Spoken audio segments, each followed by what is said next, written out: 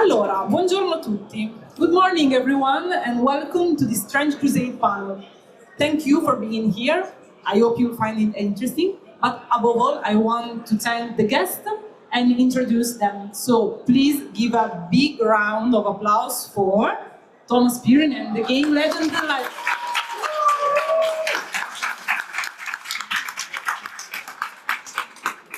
And Paolo Parente, illustrator legend.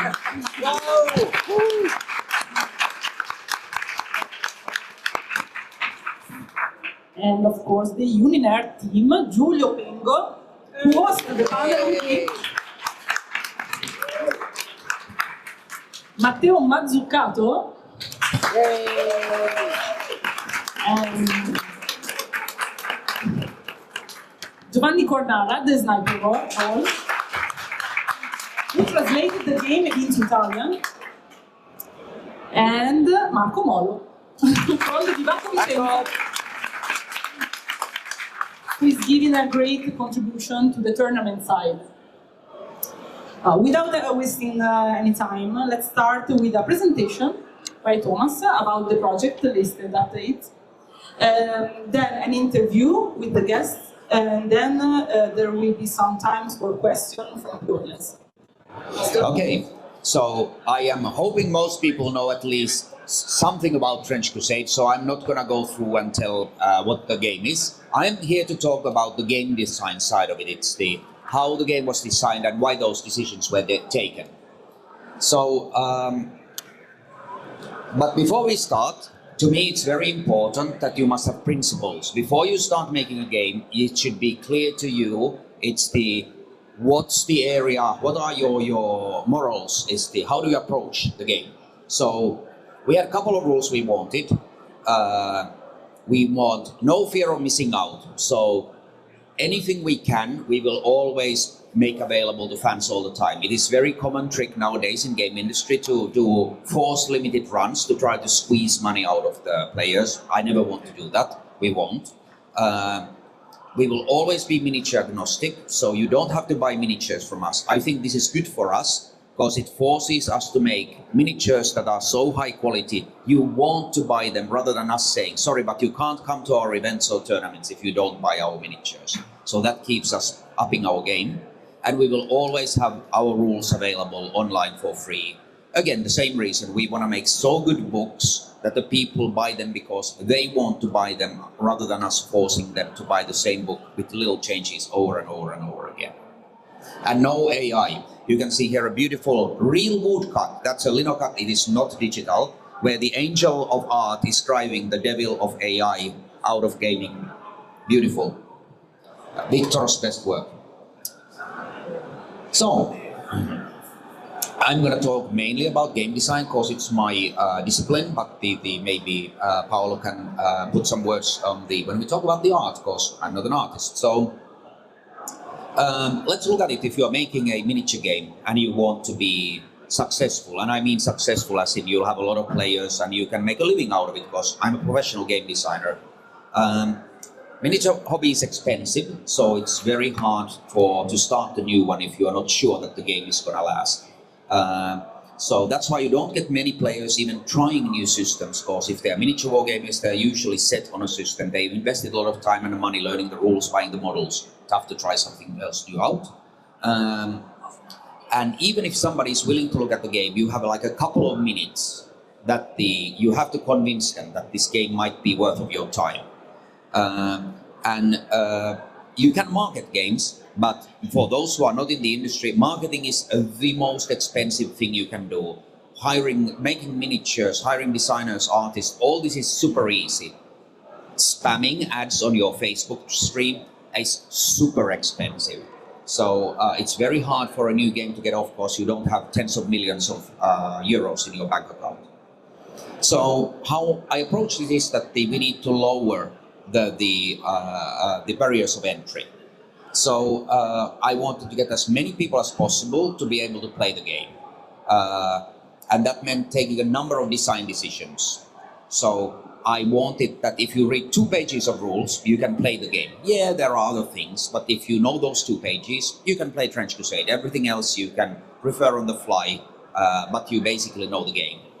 I went with D6s because if you look at the mainstream audience, if you show a normal person a D20 or D10, they will call police or ambulance because they think you're mad. You are showing these weird math rocks to you.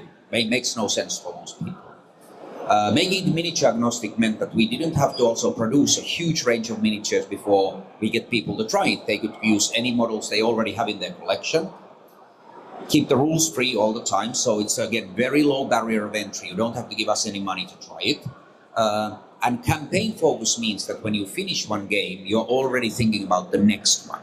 So the campaign games as opposed to competitive games is a good way for a new game to hook players and make them want to play another game. And then we produce a relentless amount of content and release it weekly or bi-weekly, so the world and the game is being built all the time, so there is something new to see all the time. And the skirmish scale means that you have to collect far fewer miniatures and paint far fewer miniatures and pay far less money in order to get started. Player agency. So because of historic reasons, most games enforce a rigid action order, which is bad because all the games look and feel very similar. Or they have action points, which I hate even worse, because if I'm doing maths of how many action points I have left in the middle of the game, it pulls me out of the immersion in the game, because everything else we do, art, miniatures, law writing, is about taking you to another place. But you having to work out on a paper how many action points you have is not immersive. Therefore, we placed the Trench Crusade gameplay to maximum player agency. Wherever we could, it was the player who gets to make the choice rather than a rigid rule set which we ordered to them. This did create a problem because I wanted the people to have the ability to move fast, so double move. A classic problem in game design, because in any war game, if you are offered a chance to do double move, you will always do it, because why wouldn't you? It's always beneficial. And then putting that on a dice roll, is which in Trench Crusade is dash, which can fail and end your turn, meant that if you wanted to double move, you had to take a risk. And that solved the problem. Not everybody can or will even try to do double move every time. And they change the order when they try it, because the later in the turn you try it, the safer it is, but the earlier you do it, more impact it will have. Minimize the math. So lots of people ask me why I'm using dice pools and not plus, minus 1, 3, 4, 5, 6, whatever, multipliers, divisions, the arithmetic, it's a complex maths.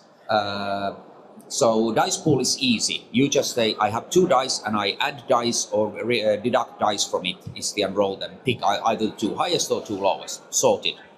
And then to give granularity, there are criticals, there are fumbles, and there are levels of injury rolls. So no action points, no hit points, very little bookkeeping, and this keeps you in the game all the time, and you don't have to try to figure this out on paper, what the number comes out there. So blood markers and blessing markers are another example of maximizing the player agency. Even when it's your opponent's turn, you are always thinking, should I use the blood marker that's on that model to harm their dash or their shooting attack or their range, their melee attack, or do I save it for an injury roll? So even when your opponent is doing stuff, you are still engaged. I love Warhammer, my first love, but there has been games where I waited 2 hours for my opponent to finish their turn and I can do nothing on that time, and I wanted to get over that. And the risky actions also mean there are a lot of turnovers, so if your opponent chooses to take the risk and fails it, it's my turn again, and vice versa, which keeps the game very engaging. I looked at a lot of games on the genre. Typically, to resolve one attack, you need to roll dice 4 times. So I worked really hard to cut that down on 2. The problem there is that the more dice rolls you have, the more granularity and depth and different results you can have. But the problem is the turns take a long time and you have a lot more to remember. So I tried to get all the granularity, do you hit, and does the distance or cover affect it? What kind of effect it does? How does the armor affect it? What is the end result of injury? to get them all into 2 dice rolls, which make each dice roll much more impactful. One thing I hate in the games is that I roll and roll and roll and roll, and I rolled 6 times and 7 roll comes and all the other 6 rolls now are wasted because nothing happened. And I just go, why did I roll all those dice? So I wanted to get into that every dice roll matters. The first dice is, does something happen or not? And if it doesn't, you don't do the next dice roll. Second action roll is what happens with a successful attack. And both of those dice rolls have a huge amount of impact on the game.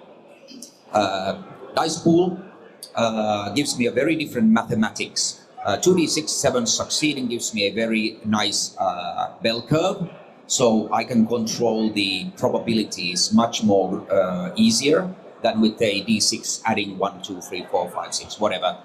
With that kind of system, also the problem is that once you have +5 on something, it's auto success, and then the whole dice roll is pointless. And again, dice pool is no math, it's open-ended. There can be as many plus or minus dice as you want, nothing will break it. You have +20 bonus dice, you just roll 22 dice and pick the best 2. Doesn't break it. You need a lot of dice though.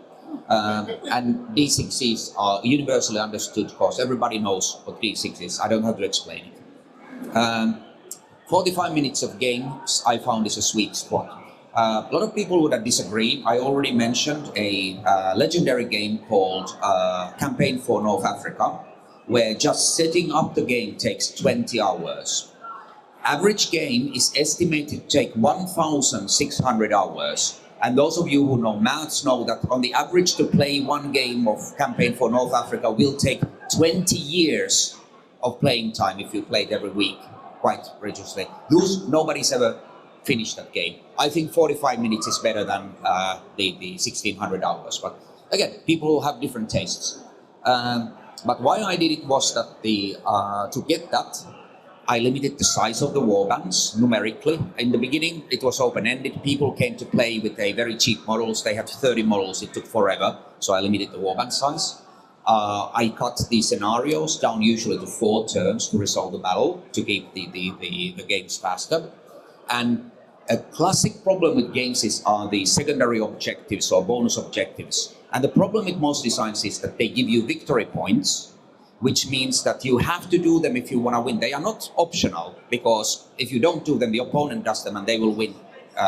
So instead, these side quests, little glorious deeds, give you glory points, which help you in the meta of the game, but you can still win or lose the game if you do or don't them. So again, it makes it a player choice, do they pursue the glorious deeds or not. And it also means with the less dice rolls that I mentioned, the turns take about half as long as in a typical war game, so you get to play, both of you get to play much more often.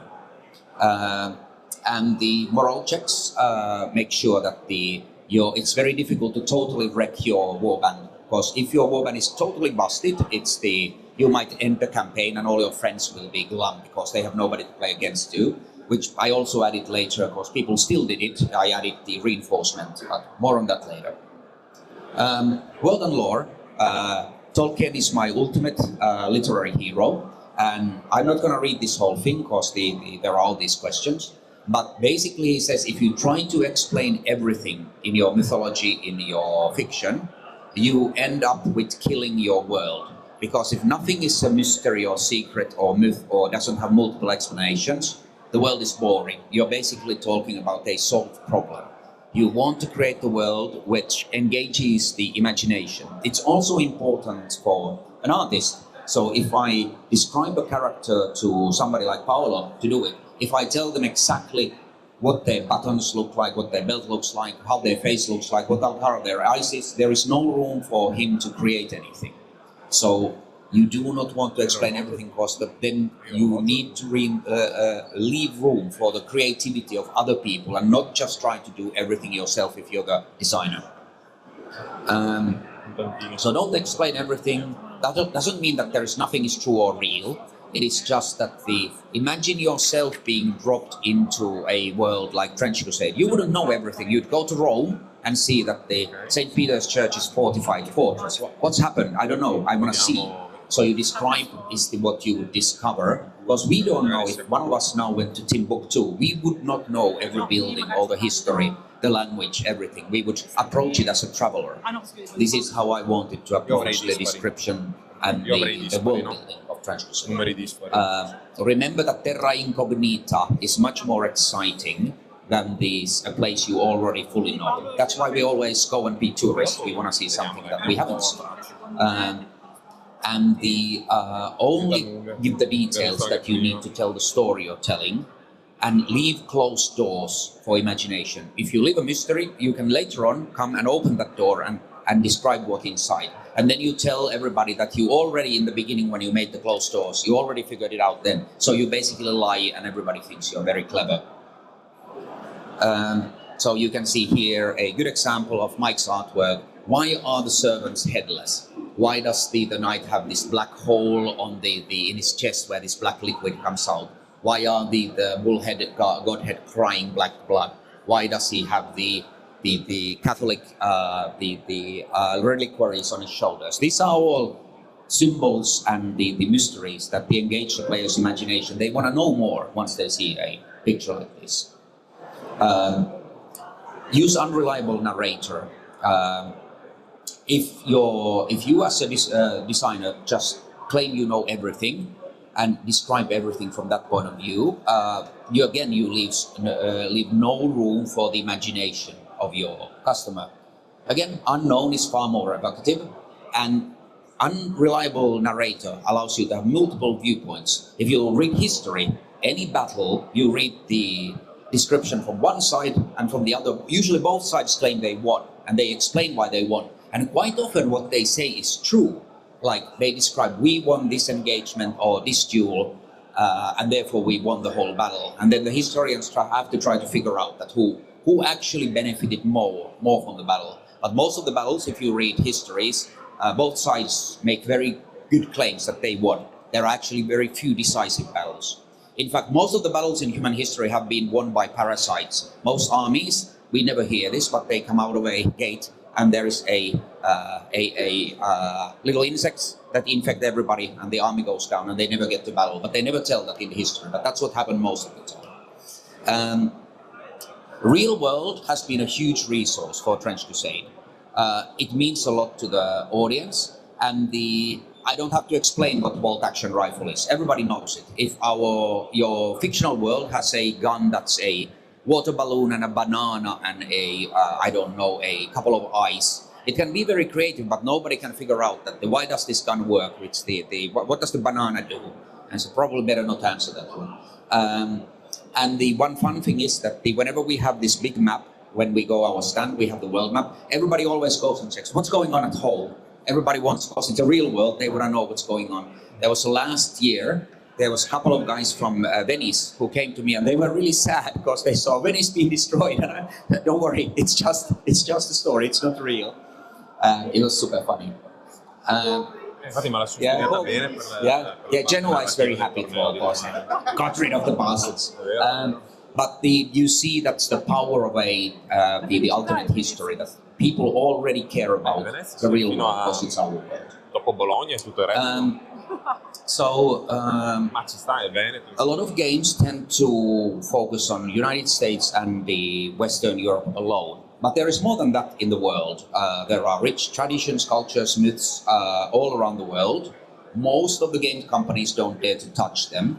And I think you can do it, but you have to do your research. I have this motto called "Don't slander, don't pander." Because, for example, in our game, we have the Iron Wall, Sultanate of Iron Wall, or we have the Ethiopian Empire, which in their history, they have many glories and many failings like any other culture. The trick is to treat them like any other culture. Like we all know that not every knight in the Western history was a glorious and virtuous person. But if you tell that everybody who's born in Middle East or Africa is evil from birth, yeah, that's not real and certainly not respectful. So do your research. But then these have proven to be very popular weapons. I have a funny story. So you see here a Ethiopian Sheva warrior. And there was a famous comment we got on the video when we published it saying that this is forced diversity. And then there was a guy from Ethiopia answering, my brother, in Christ I love you, but I don't know how to tell you this, but Ethiopia is a real country, which was an excellent answer. I think there's been such a great, rich treasure trove for us that nobody else dares to touch because they are so afraid of, I don't think, politicians, I guess. For us, it's been only a strength. So the most important part to me, that's why people ask me why Trench Crusade's been successful. I say it's the community.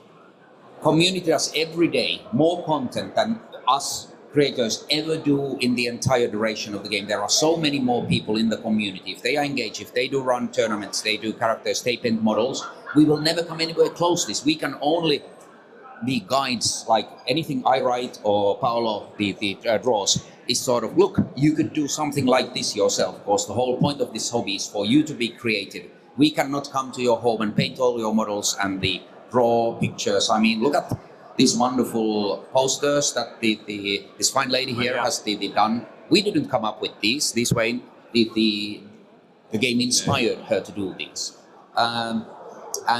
Nobody is better at selling your game than somebody who is really excited about the game and tells it to your friends. Way more malleable than any paid marketing. And they also make propaganda. They mainly make propaganda about the artillery witch, but they make propaganda. It's the for you, and they post it online, which is marvelous. I love these posters. There are hundreds of them. And you have these key people who do a lot. And if you're making a game, support those people who do a lot to help you. They are also very good at the chasing away toxic people from the community. And they dress up in a Trench Crusade outfits and carry bolt action rifles, which I love.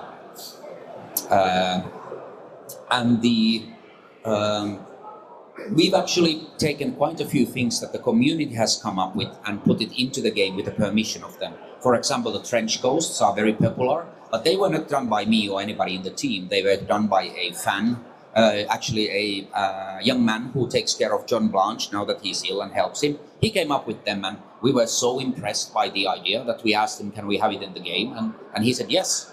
And then we get Mark Gibbons making these wonderful pieces of artwork. And this came from the community. Even we are obviously, both of us have worked in the games forever. I wish I could have come up with that. That's such a cool idea. I'm just so happy that I have this community that is so inspiring. You can see here other community creations. We sponsor some of the fans, like Bob Stara is a New Zealander lady, a great cosplayer. Is who makes wonderful the Trench Crusade cosplays. And we just found her making this artillery witch, and we asked them, can we give you some money to as a thanks? And we've taken her to cons. It's been awesome. So again, I have to reiterate that mainly the community does stuff with the artillery witch. Sometimes I worry about the fans, but they seem to know what they like. So I have to say this tends to be our lady fans tend to be biggest fans of the Black Rail. So when everybody asked me, how do you get women to play the games? I said, make a very disgusting, disease-ridden zombies. And they come. Everybody's trying to make these cute little anime characters and think that you get women players. You don't. You make a really gross zombies. That's what works. Just a few words about the future. We are planning eventually to run worldwide campaigns that will take the timeline forward, where the results by the players will affect the history coming forward. And we will do new starter sets. The next one, Carcass from this coming out, is the progress the storyline and the timeline. And the most common question I've gotten in this con and last few cons is, when is the retail rulebook coming out? End of this, just after summer this year. So the rulebook, because most of the rulebooks right now are just the ones that came with the Kickstarter, and we are not going to sell those because they were Kickstarter backers and we want to update the rules. For the French, we're faster, and they managed to get their rulebook out, so that's already now available in France. And we are doing a full collaboration on a paint range with the Army Painter. We are running the Trench Crusade painting competition in Spielessen. I challenge the Italian community to enter. You have a reputation to uphold. You've won many, many painting competitions, so I want to see your entries. I expect you to be on the Windows podium. Yeah, just example of French, what they're doing there. They are expanding the range and doing a sets for each of our warbands. And that's just the beginning. There's a lot of other things we're doing with them and many others. You probably have seen these, but the new plastics are coming out with the Kagasprönt. We're very proud of them. And these are, again, just a sample. We will be releasing many, many more plastic sets in the coming months. But we are very proud of these. Making plastics is both difficult and expensive and time-consuming, so we are confident we produce some of the finest plastic miniatures out there. Also, bombs. Lots of bombs and tank stoppers. And you can see here just a tiny glimpse when we do something. Ideas for the new stigmatic nuns. None of these are final, but you can see as we try to find something interesting, we go through a lot of iterations and try to find something new, unique that the players haven't seen before. And of course we have the crab with a grenade that became the most popular character we've thus far released, apart from the artillery witch. It's a funny thing what the players find exciting. And I think that's my quick presentation, and we should do our questions now. Thank you.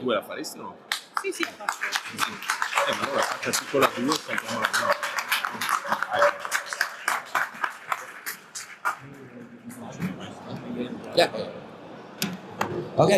Okay, allora. Despite of the necessary changes, it seems to me that the heart of the project has remained the same. No FOMO, no obligation to use your specific miniatures, even during the most critical moment. I'm referring to the hit with Kickstarter, miniature distribution. I have to highlight your great transparency during and accountability during the community. How difficult is to maintain that? And would you say it has paid off in terms of marketing? Yeah. So how important is it's everything, because we don't have a paid marketing. I mean, of course, things change. There might be a time when something we said changed because of, say, if the price of plastic became 100 times, we would have to make them out of something else, because a market change. But we would never knowingly go back on our word, because all our marketing is grassroots. It's the fans being behind the game. We don't pay anybody to market it. So it's super important. To answer your question, it's quite easy. It is the most important thing, I'd say. Thank you. Let's go with another question right now, getting down to business. So, the playtest is over, and the official rulebook rule set has been out for months now. So, reading through it, seems that keywords play a slightly larger role than before, and things here and there have been rightly polished for the sake of balance. We'd like to hear from who worked on it, but also from playtesters too, because we have playtesters here. What are the main differences between the first iteration, the playtest rules, and in general, what do you believe are the core strengths of the system? What worked really? Oh, okay, I'll start with the last question. Core strength is the accessibility. It's very, very easy. So for somebody demoing Trench Crusade, you can usually get somebody to understand the core rules in 2 minutes. I think that's the most important. So you can start having fun instead of trying to remember complex tables. The biggest difference will actually be what you'll see in the carcass front is that a lot of these sub-war bands we did, Heretic Naval Raiders, Sacred Affliction, which we thought were just diversions. But many of these variant warbands have become very popular, so we are building them up into full warbands with full lore, art, rules, and I think that is the single biggest change. The rules themselves are more fine-tuned, but we are not planning to throw away the rules, of course. Quite frankly, it works. We don't have to redo the rules. Okay, this question is for UniNerd, the Italian localization team. What was the experience like? Were there any specific challenges that give you enough time? Thank you. Answer in Italian. Yeah. You prefer? I think it's easier for the audience. Ok, so I answer in Italian. Ok, in realtà siamo molto felici perché iniziamo dal dire che al team di traduzione si è aggiunto anche The Sniper Troll, che sicuramente è stato un pezzo fondamentale, più che altro per la profonda conoscenza delle regole, visto che è anche playtester, e questo ci ha aiutato molto, soprattutto sulla parte di pulizia anche della traduzione finale, insomma delle parti finali, che comunque erano già state cambiate molto rispetto alla prima versione che avevamo visto, non tanto sulle meccaniche quanto più sulla pulizia dei testi in sé. E direi che a livello di workflow non è cambiato nulla rispetto al precedente modo di lavorare. E forse una cosa interessante è stata anche l'aggiunta della community, che in questo senso ha dato anche dei feedback una volta che la traduzione è uscita, e questo è stato molto positivo perché in poco tempo siamo riusciti poi anche a sistemare magari alcune cose che erano rimaste un po' indietro, magari piccoli errori di ortografia o cose minori. Però direi insomma che questa più o meno è la risposta ufficiale. Non so se vuoi aggiungere qualcosa, come è stato per te? Sì, vabbè, giusto per aggiungere qualcosa a quello che diceva Matteo, una delle difficoltà principali di tradurre un regolamento è cercare di essere il più aderente possibile al linguaggio originale, perché non puoi mai sapere in future espansioni se vengono utilizzati dei termini che hai già tradotto in un modo nel regolamento originale, quindi devi cercare il più possibile di essere chiaro, aderente al linguaggio originale e coerente, ovviamente. Questo il passaggio dalla versione di playtest alla versione 1.0 delle regole ha aiutato molto, perché c'è stata già questa pulizia del linguaggio a monte che ci ha reso il lavoro estremamente più semplice. Vuoi aggiungere qualcosa? Se devo aggiungere. Io ho ancora i traumi dalle Takwin Creatures, quelle del sultanato, perché all'inizio ci ho perso, mi svegliavo alle 6 di mattina per fare le traduzioni, no? Ero in mezzo rincoglionito a guardare il monitor e a capire se la frase suonava bene, e non mi suonava proprio per niente. Infatti inizialmente le avevo tradotte, avevo proposto creature sintetiche, però dopo siamo tornati sull'originale sentendo la community. Anche lì ho parlato con qualcuno e i feedback hanno aiutato. Vado con una domanda allora adesso, così usciamo dal... question again in English for Master Paolo. It's about the visual side. So not only have you drawn official artworks for Trench Crusade, but you also have extensive experience as a concept artist in the game industry. Based on that, what do you think makes Trench stand out from its competitors? And is it the extreme look, the blend of genres, the sacred, the profane, the science fiction, the Middle Ages, the military, diesel punk, whatever? What do you think makes it work so well? How stimulating is it to draw and create for this universe? Rispondo in italiano, che è difficilissimo già in italiano. Secondo me il fascino di Trench Crusade è il fatto che è profano. La profanità è il punto forte di Trench Crusade, perché è il coraggio di mettere in immagini un immaginario che tutti desideravamo avere su un gioco di miniature e nessuno aveva mai avuto il coraggio di proporre al pubblico. La forza del lavoro di Mike Franchina, io lo pronuncio all'italiana, anche se loro lo pronunciano Mike Francina, a me mi fa un po' schifo. La forza del suo lavoro è proprio quella di avere il coraggio, la sfacciataggine di mettere tutte queste simboliche religiose sui suoi pezzi e li rende così magici, così misteriosi. È quello, secondo me è tutto lì, è proprio una questione di coraggio, di sfacciataggine e di profanità. Per me è stato difficilissimo, non l'ho mai fatto perché ho sempre lavorato per compagnie che anzi seguivano le regole di marketing che conosciamo tutti, quindi non si parla di religione, non si parla soprattutto della religione del Medio Oriente, eccetera eccetera. Quindi loro hanno fatto tutto il contrario, no? Sono stati coraggiosissimi, sono stati premiati, però io come illustratore abituato a lavorare su un mercato diverso che è quello di tutti gli altri produttori di giochi al mondo, ho fatto fatica. Il primo disegno che è riuscito bene, che è entrato, è quello che trovate sul libro delle regole, il cardinale, ma ne ho fatti altri prima per scaldarmi, che sono stati approvati, che magari poi un giorno vedremo, però che non sono ancora Trench Crusade. È molto pulito il War Cardinal, è bello. C'ha la posa, lui ci sta, però gli altri erano come me, un po' titubanti, un po' presi a prestito, perché ci è voluto un po', non avendo il talento di Mike Franchina e essendo appunto abituato a fare altro, ho dovuto proprio sintonizzarmi. Il primo l'ho fatto 3 volte prima di avere il coraggio di proporlo a Mike per l'approvazione, e poi vabbè, però ecco, secondo me la chiave è tutto lì, hanno avuto il coraggio, la sfacciataggine di fare la cosa spinta fino in fondo, no? Invece di solo accennare, ed è fantastico. Ho risposto? Benissimo. This question is for Tuomas. The next big release coming in late July is the Carcass Front box, which is essentially the first true Trench Crusade starter set in the traditional sense, 2 warbands, rulebook, scenery, and new rules from a specific campaign. However, back during the Kickstarter, Carcass Front was just the title for the campaign book.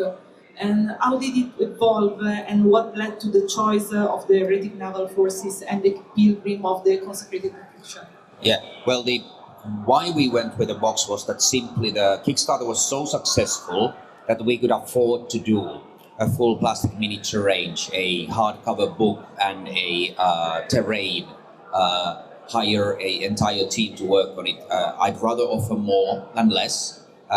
So it was the support of the community that allowed us to do it as a big box. I mean, we promised something that would have been relatively easy for me to deliver alone, but we had so many more resources available because of the success and the continuing strength that we could make a box. So we made one. And we picked the warbands for 2 reasons. One, they are both very popular. People love the Heretic Naval Raiders and the Sacred Affliction and play them a lot. So we wanted to offer models because the Kickstarter offered models only for the base warbands.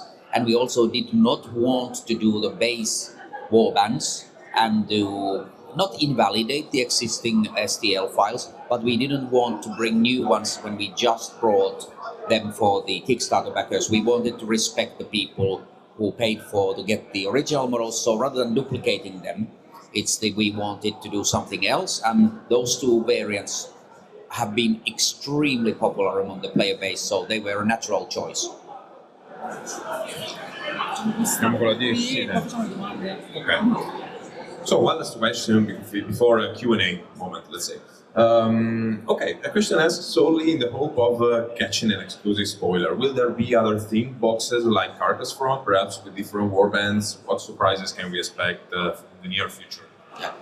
Simple answer is yes, obviously provided on the success of the box. If nobody buys it, then we'd go, okay, people don't want it, maybe we do something else.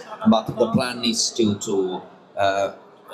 we'd hope to do a box each year and have 2 new starter sets, and to bring the history of the Trench Crusade forward 1 year at a time. So new things, that the map will change, the results from the worldwide campaigns will move the battle lines, characters will die, new heroes will step up. I hate Frozen World because nobody can die, nothing can change, there are no stakes, and we want to really change that. But again, I can only promise that if people actually want them, if nobody buys them, then we will do something else. Okay. Let's some question from the audience. Okay. If you have some question, alzate le mani. And you can ask in Italian, especially if it's the Se avete domande, alzate la mano e io passo. In italiano e in inglese tradurremo per voi, anzi Giulio tradurrà per voi, essendo lui traduttore. Don't be shy. Well, if there's no question, I go with one. Paolo inspired me a lot on this question because you talked about courage, and I think that's the core of art. I'm not an artist, but I think it also for you. Everyone doing something on its own, being photography, illustration, game design, writing, whatever, has to put someone of itself, and also like explore, remove rust, remove layers of yourself, and find something different, something more that you have not only inside, but also want to develop, maybe something new to grow in yourself. What does Trench Crusade make? I think it's a question for everyone. make grow in yourself? What do you want to develop? Like you see, for example, Marco, you see a game and you want to build a warband for that game, be it more than Trench Crusade. What does Trench Crusade, for example, in your case, make you want to develop? You know, and I think it's a question for everyone. Rispondo in italiano veloce per il pubblico. La banda che mi ha fatto innamorare di Trench Crusade è stata la forza di intervento papale. Io volevo vedere sul campo le guardie svizzere combattere per... E il tuo disegno? Io voglio la miniatura del War Cardinal, spero che arrivi prima o poi, perché così ho qualcuno da mettere davanti a tutti i miei. E questo cos'è che ha portato? Ha portato a creare una community di gente, soprattutto al Bivacco, che guarda quelli che belli, che luminosi. No, ma io li voglio più sporchi. È arrivato un altro e ha portato una banda più sporca. Serve un avversario, sono piccole bande, quindi è più facile da fare. Sono arrivati i demoni, ma i demoni adesso voglio gli angeli, ho fatto gli angeli. C'è una banda di alpini, adesso abbiamo gli alpini, e si va così, si va avanti, perché il gioco lo permette, grazie al fatto che è agnostico, è veloce, è bello e divertente. E questo cosa porta? Abbiamo le bande e non abbiamo i tavoli dove giocare. Sacro e profano, abbiamo un tavolo che è una chiesa scofanata da un pentacolo, cioè è il perfetto coniugo di quello che hai detto prima te, Paolo. E noi vogliamo solo altri tavoli su cui giocare per avere nuove storie da raccontare, nuovi mondi da interpretare in questo gioco che per noi è spettacolare, e non a caso ci siamo buttati a pesce tantissimo. Io ho già risposto. So you will get, of course, any creative product or endeavor film book is experienced by every person differently. But to me, it's all about the social aspect. Unlike most of the hobbies nowadays, you enjoy this together with your friends, being physically in the same place, which is getting rarer and rarer. And in order to do that, you must have a world, a game, a lore, art, that you are so fascinated and engaged, you want to talk with your friends about it, you want to play the game, you want to tell the stories. This is like when I was a kid, my group of friends, we were into Lord of the Rings, D&D, and these games and the stories were so engaging, and so we never ran out of subjects to talk about, and we could always start another session of D&D, we never grew tired. This is my holy grail that I want to offer to everybody engaged. And remember, it's not just a game. If you just want to paint miniatures and convert them, that's great. That's not the wrong way to do hobby. You are just interested in the lore, or you just collect art. These are not wrong ways to do the hobby. Find what you enjoy and engage with that. And the more of that we can offer, the better. There is a question. Somebody's brave. Good. My question is from lore and art, but how to create a setting. In Italy there's a saying, scherza coi fanti ma non con I santi. You can ask in Italian and people can translate to me. How much quanto si può scherzare e soprattutto quanto secondo voi un'ambientazione così grimdark necessita dell'ironia? Perché ad esempio io penso alla cosa che mi fa troppo ridere, Mammon ha conquistato l'Egitto con uno schema piramidale, appunto. Cioè, quindi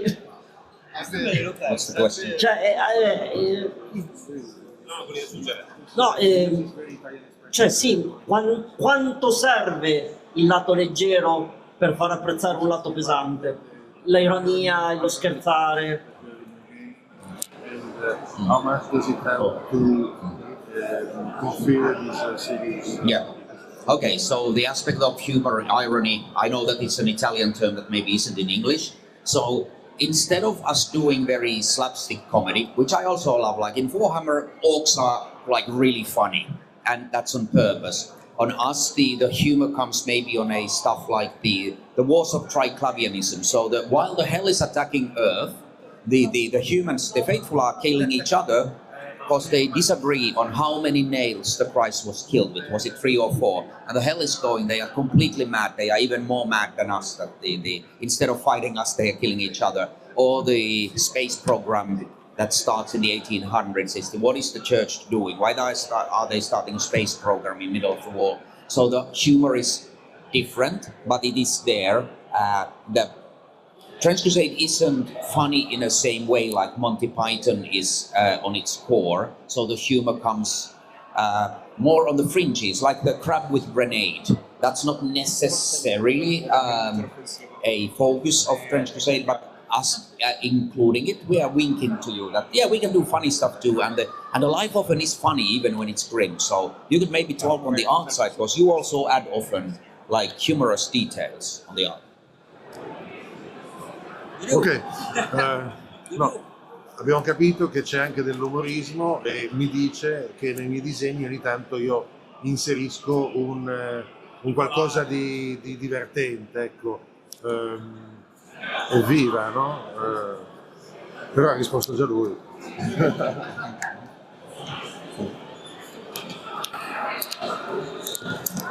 Salve, allora la faccio in italiano perché sennò poi ho una domanda tecnica per quello che riguarda vicino? Ok, non sentite?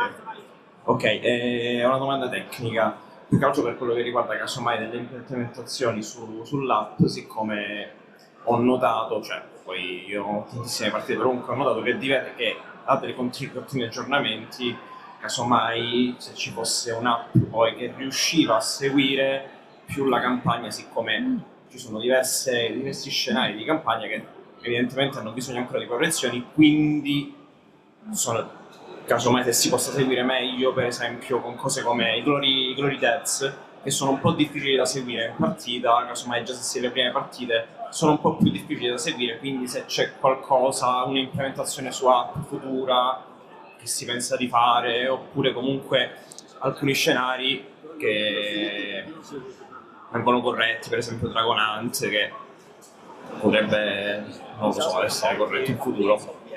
The business plans, the updates, because there is something to improve. Yeah. Okay. So the companion app. Well, first of all, it is a fan-made app, so we don't control it. We help them, and we really appreciate it. But they don't work for us. But yes, they are updating it. They are open to feedback from you, the players. But I do want to make clear, I'm not their boss. So they do whatever they do out of their own volition. I think it's incredible that they are offering this service to the fan base on their own volition without us employing them. But I imagine they will want to keep it up to date. And I would say if there are issues with the warband, with the warband builder, let them know, and they most often they respond. Aggiungo qualcosa, ogni tanto abbiamo avuto l'occasione di sentire il progettista dell'app, lo sviluppatore, The Seagull King, e è una persona comunque che, diciamo, raccolta una serie di feedback, aggiunge nuove funzionalità o migliora quelle che ci sono. Quindi insomma aspettati sicuramente dei miglioramenti in futuro. Mandato un qualche Okay, last question. Vai. Io volevo fare una. Accorpatela, volete di una domanda? L'accordiamo? Vai. Io volevo chiedere, dato che io... So I was going to ask, we're going to do a collective question. So my part was, what I found really interesting about the setting of Trench Crusade and everything about the lore, it's really thought-provoking. You have the evil side, demons, great devils, but you kind of relate to them in some ways, even the heretical legions. You go to the good side, the right side of history, someone could say, and you have the most brutal type of system you can see, but I relate to them because in those kind of settings, it's really hard to put a limit. And it was a side effect, this thought-provoking about how we conduct our life, or it was like really planned from the beginning on representing the evil, the good, because I think it more philosophically, kind of Taoism. Yeah. No, it's the, I can talk from the law point of view, it's the old Nietzsche's famous saying that those who fight monsters better take care lest they become monsters themselves. and if you stay long at abyss, remember that the abyss stares back at you. So the question Trench Crusade asks there is when you are fighting the literal forces of hell, how far can you go before you are no different than what you are fighting against? I'd actually also like to think from the art point of view, because you are the making art of very brutal, great brutality on both sides, and you need to communicate that while still making the faithful and the fallen different. So how do you approach when you, of course it's very easy to do a knight in shining armor and a devil, but when you have the knight have to look quite a lot, much like the devil, how do you approach an art when you can't have just the most obvious signs of good and evil? Nell'arte è estremamente difficile, no? Perché poi il grimdark come stile ti impone appunto di rendere tutto un po' più tetro, più sporco, più vissuto, più stanco, più aggressivo. Quindi come nella realtà, no? Come diceva lui, quando alla fine combatti il male e ti spingi oltre i limiti, poi le cose iniziano a mischiarsi anche visivamente, e questo succede. Io quando ho lavorato sulle forze papali le ho tenute più pulite, perché appunto me l'immaginavo volersi staccare dal green dark, esatto, no? Sono illuminati dalla luce che gli arriva dal cielo, eccetera eccetera. Però Mike mi ha chiesto poi di sporcarli un po' di più, no? Perché appunto io avevo tenuti troppo puliti. È una questione di equilibrio che non è sempre facile da ottenere, ci si lavora su e poi Mike dice se va bene o no.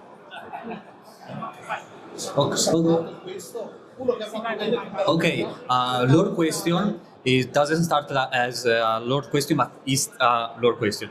A lot of people a lot of angry people on the internet are concerned about the fact that you said that church is evil, there are no good guys, all are evil.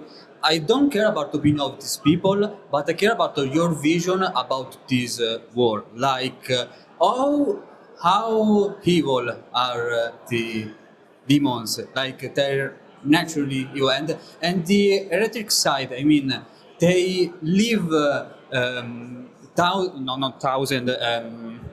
secoli, eternal, yeah, they are immortal. Centuries under the demonic influence. So they don't really think that they are evil. So how do you see this world? Like the good, not the good guys, but that are defending themselves, or like two sides that are trying to kill each other Yeah. So I'll correct one misconception. We've never said that there are no good guys. A standard yeoman who comes from Italy or France or England and goes to fight against the forces of hell is objectively more of a good guy than a demon. The question is that we have to hold those people to higher standard. If you're a demon, you're a fallen creature and you are metaphysically evil, well, that's what you are. But a yeoman, if they find heretic children, can they kill them and still be good people? The moral standard has to be higher. So that is the yeoman is a much more of a good guy than a werewolf. But we don't expect much from the werewolf. We expect quite a bit more from that. And as for people living under the heretic side, I'm not the only law writer, but there are many groups, but I see them very much like you look at the cult of Santa Muerte in South America. They worship a literal personification of the protector of assassins and the drug dealers, and they give sacrifices. I see a standard heretic who isn't a great lord or magic user, is just a normal guy tilling their land in their eyes. Sacrifices, human sacrifices, slavery is part of their culture. It's normal for them. They do evil, but they wouldn't necessarily consider themselves, how would I say, they think they are right, and they think their rebellion against God is just because that's what was taught to them. Of course, there are totally corrupt and evil anointed who've gone through the gate of hell, the death commandos. But if you've seen Breaking Bad, and they go to sacrifice to the Santa Muerte. They are crawling on the ground. most of them are just normal local people, but there are the two cartel assassins who are worshipping and sacrificing to him so they could kill Heisenberg. So there is differences in there, but the culture, we've had cultures in human history that were full of slavery, human sacrifice, conquest. They were not good, and they were bad societies from our point of view, but there were still humans there. That's how I at least view heretics. Thank you. Okay, unfortunately we ran out of time and we need to clear the room from the next panel. But before I leaving, I want to say a big thank you the guests for their times, and it was a real pleasure interviewing you, and I hope you had a real good time. And of course I also thank the audience, grazie a tutti per essere stati qui. Grazie Tuomas, grazie Paolo, grazie Marco, grazie Paolo, grazie Matteo. E invito tutti a andare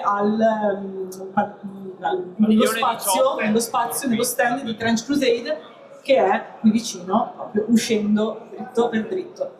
Grazie a tutti.